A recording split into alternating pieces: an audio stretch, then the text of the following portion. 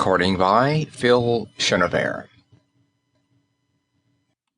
When it comes to picking locks and cracking safes, I admit to no master. The door to Inskip's private quarters had an old-fashioned tumbler drum that was easier to pick than my teeth. I must have gone through that door without breaking step. Quiet as I was, though, Inskip still heard me. The light came on, and there he was, sitting up in bed, pointing a .75 caliber careless at my sternum. "You should have more brains than that, diGriz," he snarled, "creeping into my room at night. You could have been shot." "No, I couldn't," I told him as he stowed the cannon back under his pillow.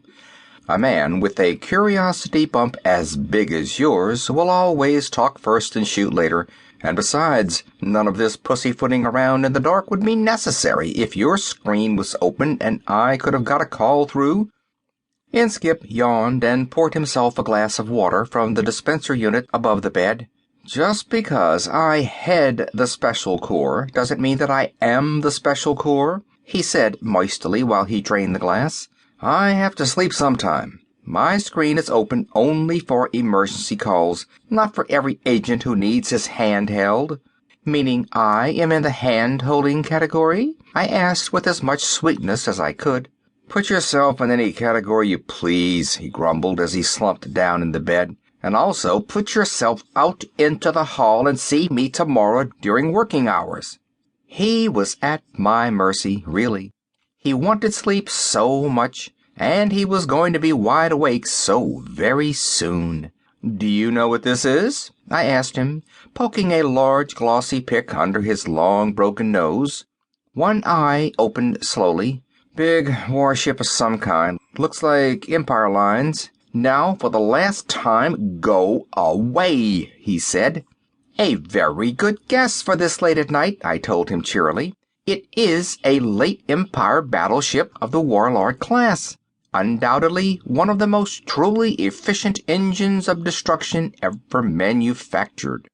Over a half-mile of defensive screens and armament that could probably turn any fleet existent today into fine radioactive ash, except for the fact that the last one was broken up for scrap over 1,000 years ago," he mumbled. I leaned over and put my lips close to his ear, so there would be no chance of misunderstanding, speaking softly but clearly. "True, true," I said, "but wouldn't you be just a little bit interested if I was to tell you that one is being built today?" Oh, it was beautiful to watch.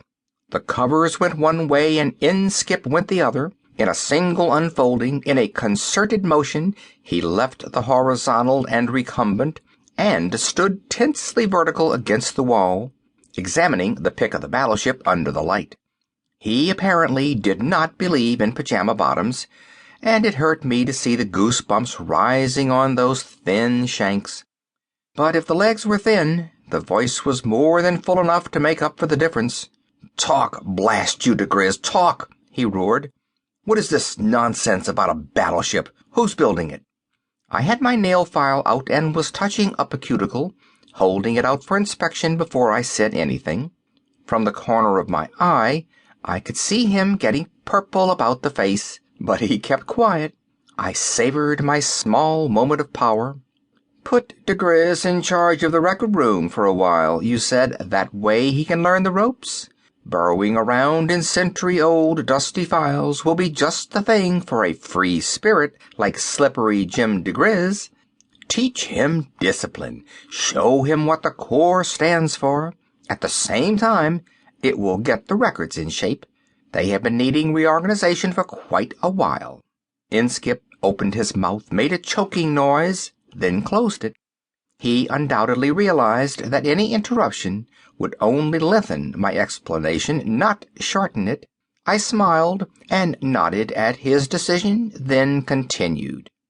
"So you thought you had me safely out of the way, breaking my spirit under the guise of giving me a little background in the Corps' activities.